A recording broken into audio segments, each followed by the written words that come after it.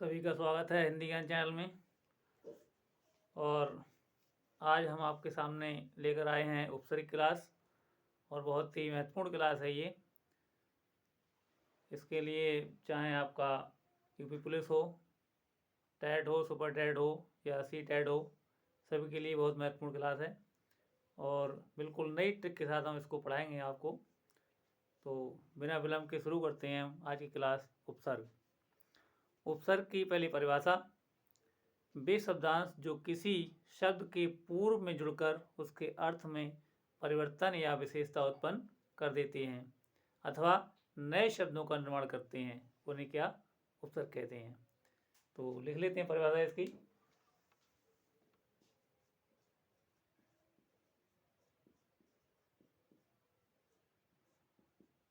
वे शब्दांश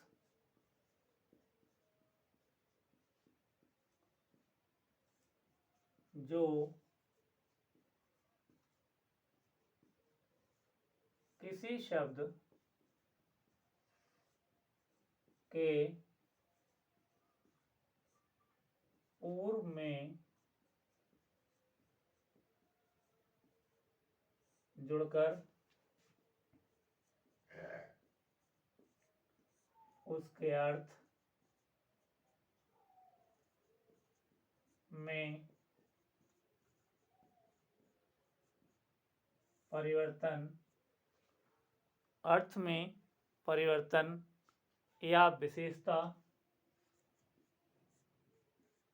या विशेषता उत्पन्न करते हैं। परिवर्तन या विशेषता उत्पन्न करते हैं अथवा उत्पन्न करते हैं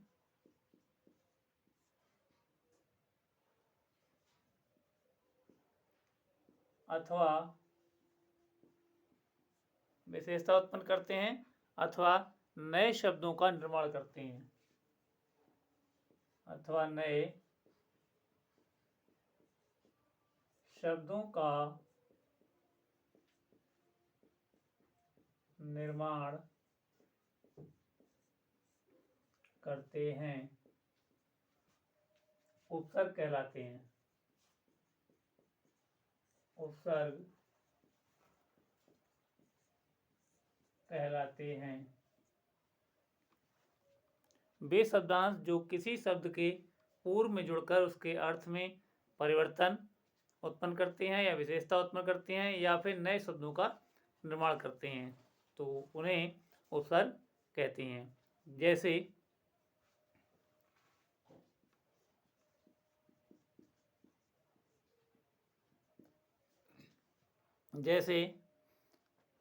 परा प्लस जय, परा प्लस जय, शब्द क्या बनेगा? पराजय।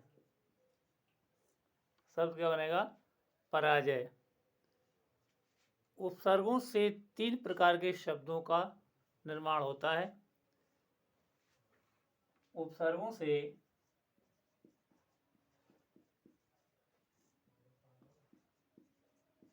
3 प्रकार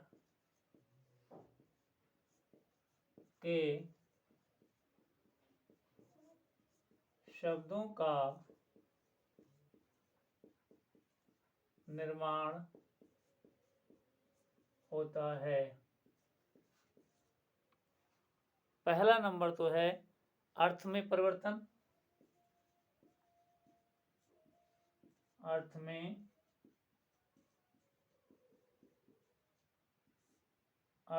परिवर्तन तात्पर्य एक उपसर्ग जहाँ लगते हैं तो वहाँ 3 प्रकार के शब्दों का निर्माण होता है। एक शब्द तो ऐसा है जिसके अर्थ में परिवर्तन हो जाता है, जैसे आ और शुद्ध, शब्द बना अशुद्ध, यहाँ तो हुआ अर्थ परिवर्तन। आ शुद्ध अशुद्ध, यहाँ हुआ अर्थ परिवर्तन। दूसरा है आहार, आ और हार। दूसरा है आहार। तो इससे बनेगा नए शब्द का निर्माण, नए शब्द का निर्माण। दूसरा नंबर, नए शब्द का निर्माण। इसका उदाहरण वही आ और हार, यहाँ पर नया शब्द बनेगा आहार। और तीसरा नंबर जो है वो है विशेषता उत्पन्न करने वाला। विशेषता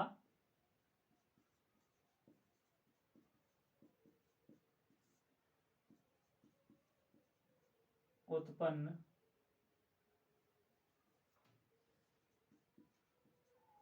विशेषता उत्पन्न करने वाला। एक तो अर्थ में परिवर्तन, दूसरा नए शब्द का निर्माण, तीसरा कोई नई विशेषता उत्पन्न करने वाला। जैसे विजय, तो बी और जय क्या बन जाएगा, शब्द विजय, क्या बन जाएगा, विजय। यानी विशेष जय, इसका अर्थ क्या होगा, विशेष जय। तो ये विशेषता प्रकट होता है, विशेष जय, ये शब्द क्या विशेषता उत्पन्न करता है। तो उपसर्गों से 3 प्रकार के शब्दों का निर्माण होता है। एक तो अर्थ में परिवर्तन, नए शब्दों का निर्माण और विशेषता उत्पन्न करना। 3 प्रकार के शब्दों का निर्माण कैसे होता है, उपसर्गों से। अब देखते हैं उपसर्ग के भेद।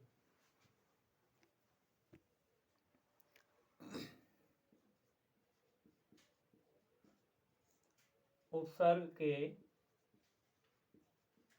भेद। उपसर्ग के मूलतः 3 भेद हैं।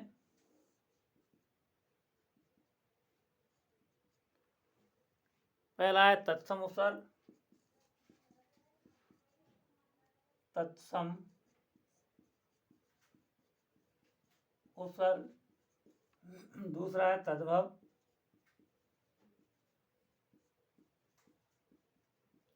उपसर्ग।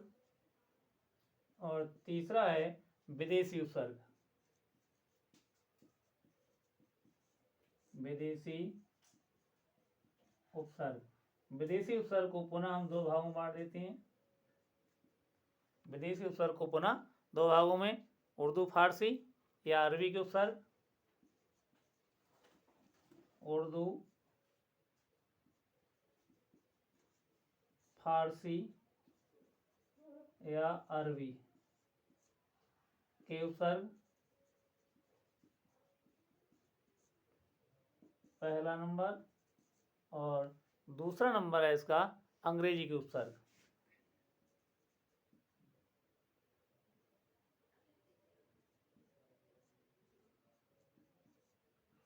अंग्रेजी के उपसर्ग। उपसर्ग के भेद, तत्सम उपसर्ग, तद्भव उपसर्ग और विदेशी उपसर्ग। विदेशी उपसर्ग को पुनः 2 भागों में, उर्दू फारसी या अरबी के, और दूसरा भाग इसका अंग्रेजी के उपसर्ग। अब क्रम से हम पहला नंबर देखते हैं, तत्सम उपसर्ग।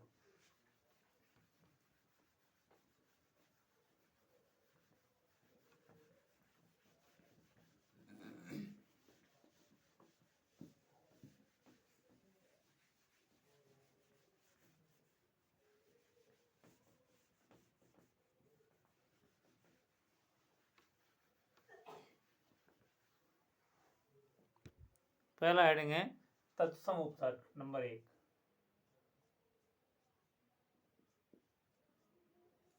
तत्सम उपसर्ग वे शब्दांश जो तत्सम अर्थात संस्कृत के शब्दों के पूर्व, परिभाषा देख लो इसकी, वे शब्दांश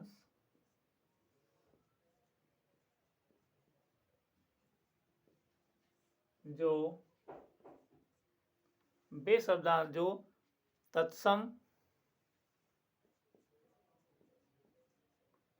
तत्सम,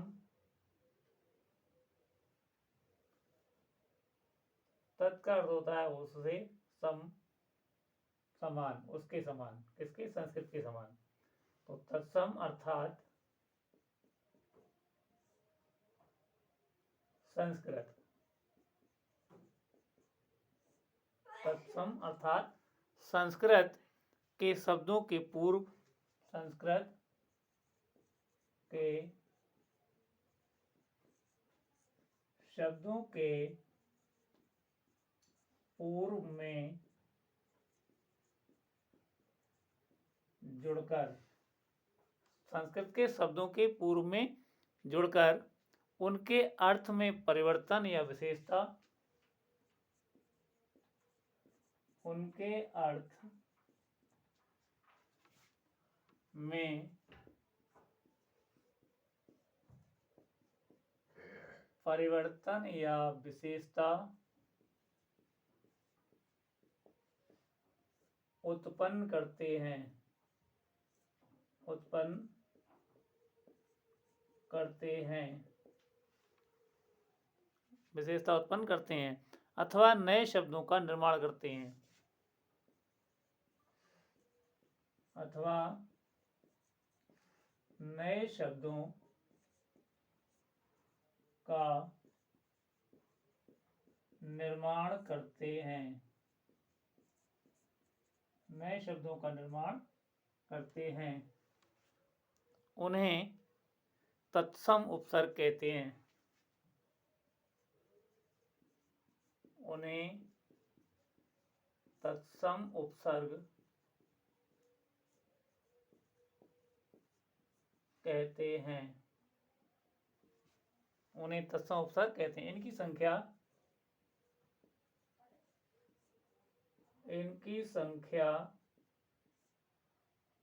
22 है, इनकी संख्या 22 है। यहाँ प्रश्न पूछ लेता है कि तत्सम उपसर्ग की संख्या है, तो इनकी संख्या 22 है। जैसे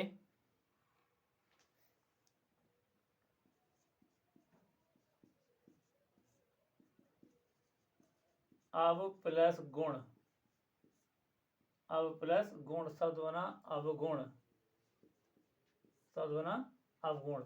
अब भी क्या है? संस्कृत का तत्सम है, और ये मूल शब्द है, ये भी गुण तत्सम है, और ये शब्द जो बना ये भी तत्सम ही बना। कहने का मतलब ये कि अगर तत्सम शब्द है तो उसमें तत्सम उपसर्ग ही जुड़ेगा, और शब्द का निर्माण होगा तो वो भी तत्सम ही होगा। एक उदाहरण तद्भव का देखो, ये तो तत्सम हो गया। अवगुण, अ और गुण, सब क्या बनेगा? अवगुण।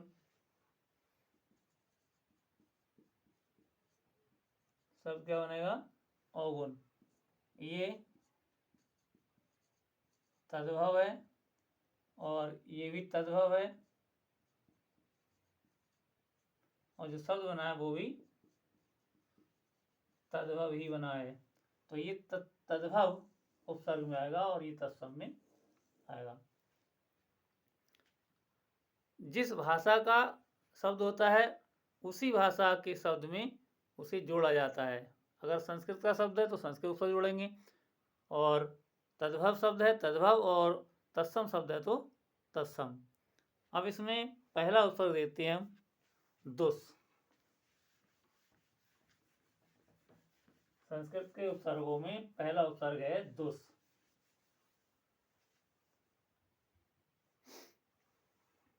नंबर 1 दुस उपसर्ग है। दुस का अर्थ क्या होता है? दुस का अर्थ होता है बुरा, कठिन, निषेध या अभाव। बुरा, कठिन, निषेध, अभाव, ये शब्द होते हैं, वो दुस के अर्थ हैं। इसमें दुस उपसर्ग से जो भी शब्द बनेगा उसमें कर्मधारय समास होगा। कर्मधारय समास होगा। शब्द उसका तत्सम बनेगा। शब्द तत्सम होगा और संधि उसमें विसर्ग होगी। संधि विसर्ग होगी। यहां से आपकी कई चीज तैयार होंगी। तो समास और शब्द रूप और संधि, तीन चीज यहां से तैयार होंगी एक उपसर्ग पढ़ने से। अब इसमें देखो दुस शब्द है और दुस में नीचे क्या है? सा। दुस में नीचे क्या है? सा। यदि सा के बाद वाला, मतलब उपसर्ग से बाद वाला शब्द ता से या सा से शुरू होता है, ता से या सा से शुरू होता है, तो सा का ता बन जाएगा। ये दुस्तर। दुस्तर मतलब सा का ता होना। सा का ता होना ऐसे लिख लीजिए। सा के बाद उपसर्ग के बाद कोई भी शब्द यदि ता से शुरू होता है तो ता का ता ही रहेगा और सा का सा। जैसे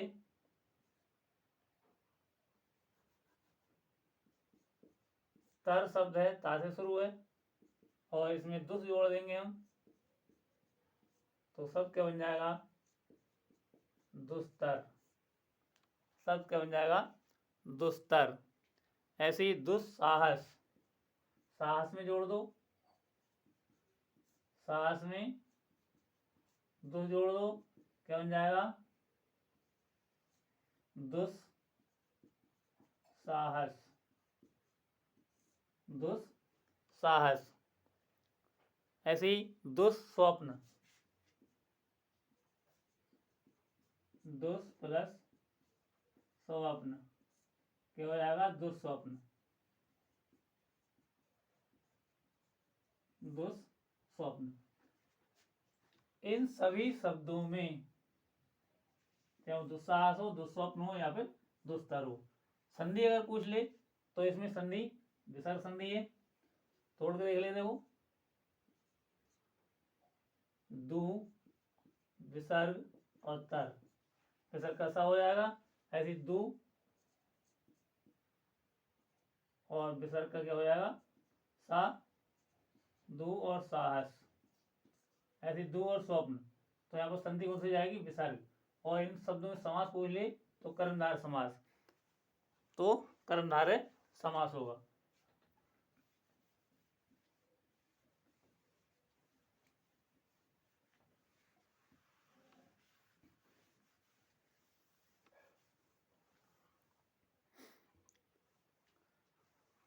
अगर दुस के बाद सा के बाद ये सा हो, सा के बाद मूर्धन सा हो, तो सा का चा, छा या शा हो जाता है। शा हो। जैसे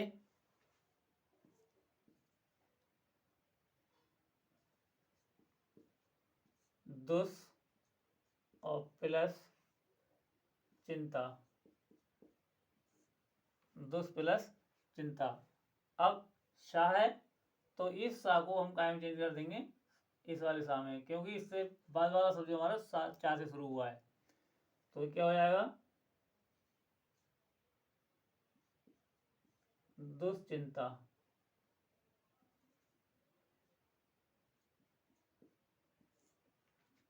दुश्चिंता। ऐसे ही चरित्र में जोड़ दो उसको। चरित्र में दुस को, तो सा के बाद चा है तो क्या बन जाएगा, चा की जगह शा बन जाएगा दुष्चरित, दुष्चरित। ऐसे ही दुष्छल,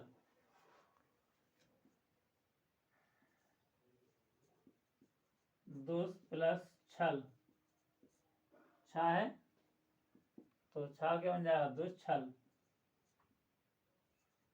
दुष्छल, छा का शा, दुष्छल। दुशासन,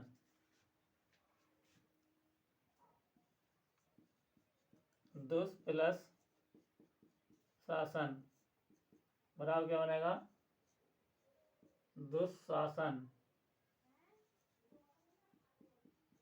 दुशासन। इसमें बहुब्रीहि समास होगा, बहुब्रीहि समास होगा, इसमें बहुब्रीहि समास होगा। अब देखते हैं मूर्धन सा का। मूर्धन सा से अगर शुरू होता है तो क्या बनाएंगे इसको, देखो मूर्धन सा के बाद का पा या फा, का पा या फा हो तो, का पा या फा हो तो, जैसे दुष्कर है, दुस उपसर्ग और पहला शब्द कहाँ शुरू हुआ है, का से, कर, तो इस सा को काय में चेंज कर देंगे हम, पे फटा सा में, तो शब्द बन जाएगा दुष्कर यानी कठिन, है नहीं। ऐसे ही अगला उदाहरण देखो, दुष्कर्म, दुष और कर्म बराबर क्या हो जाएगा, दुष्कर्म, बराबर क्या हो जाएगा, दुष्कर्म। दुष्परिणाम, दुष्परिणाम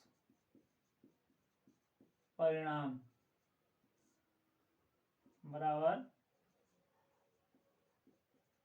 दुष्परिणाम,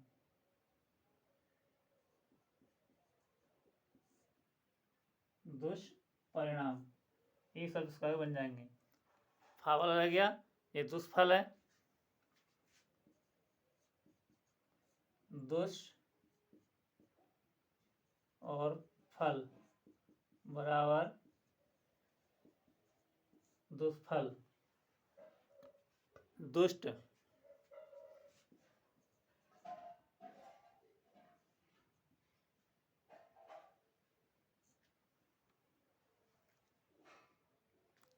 दुष और ता,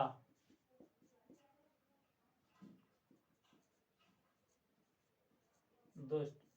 इस शब्द में व्यंजन संधि होगी, व्यंजन संधि, इस शब्द में व्यंजन संधि होगी। दुष्ट जो है इसमें का इस नियम से बाहर है, तो इसमें व्यंजन संधि होगी। तो ये था हमारा उपसर्ग पहला, जिसे बोलते हैं दुष उपसर्ग। अब देखते हैं दूसरा।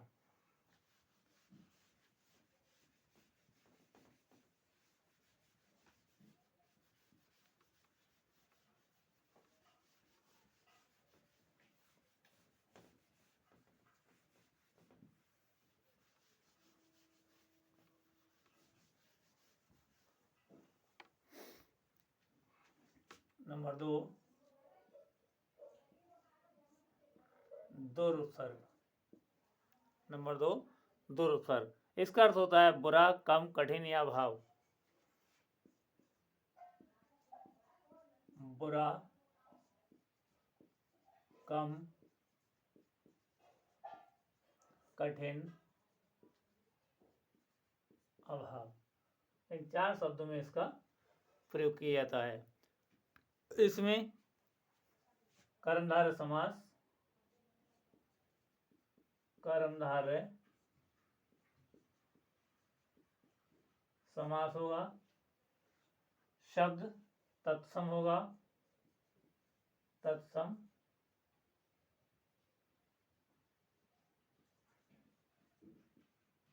शब्द होगा,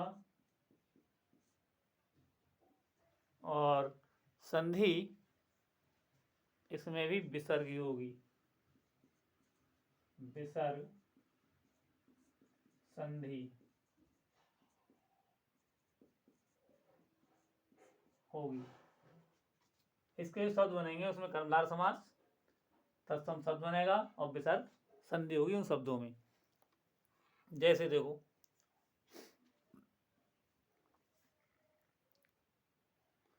जैसे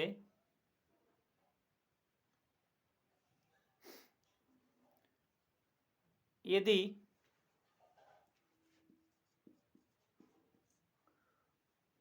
ऊपर वाला रा, ऊपर वाला रा, इस रा को छोड़कर अन्य व्यंजन से बनता है, अन्य व्यंजन से बनता है, मतलब दा को छोड़कर, दा को छोड़कर अन्य व्यंजन से बनता है, तो बनता है, तो रा ऊपर पहुंच जाता है, तो रा ऊपर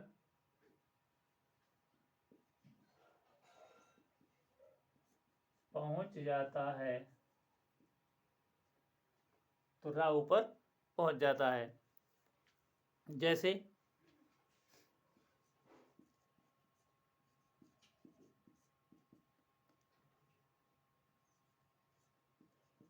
दुर और जन,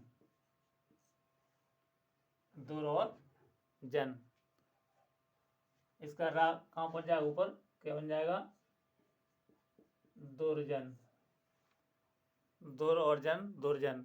ऐसे ही दुर और गम, दुर और गम बराबर दुर्गम, दुर और गम बराबर दुर्गम। ऐसी दुर्बल है, दुर और बल बराबर दुर्बल, बराबर दुर्बल। दूसरा नियम है इसका, रा स्वर की मात्रा, रा स्वर की मात्रा, यानी स्वर से शुरू होता है, स्वर से शुरू होता है, स्वर से शुरू होता है, तो रा के बाद स्वर की मात्रा लगती है, तो रा के बाद स्वर की मात्रा लगती है, स्वर की मात्रा लगती है। जैसे जैसे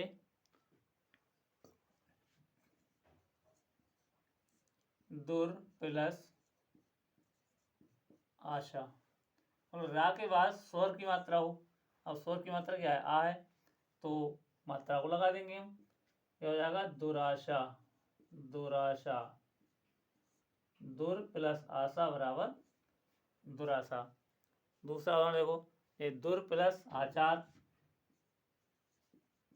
दुर प्लस आचार बराबर दुराचार, दुर प्लस आचार बराबर दुराचार। दुर प्लस उपयोग, दुर प्लस उपयोग, अब यहां भी शुरू से स्वर है, तो क्या हो जाएगा, दुरुपयोग, दुरुपयोग। ऐसे ही दुर प्लस रोग, दुरोग।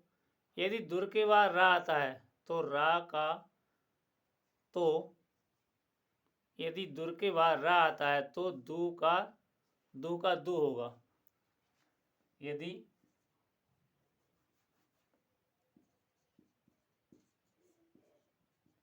रा के बाद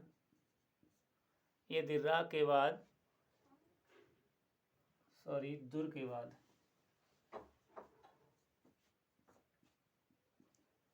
रा आता है तो दू का दू होगा।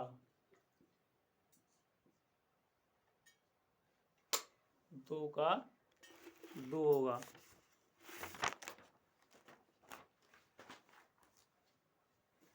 जैसे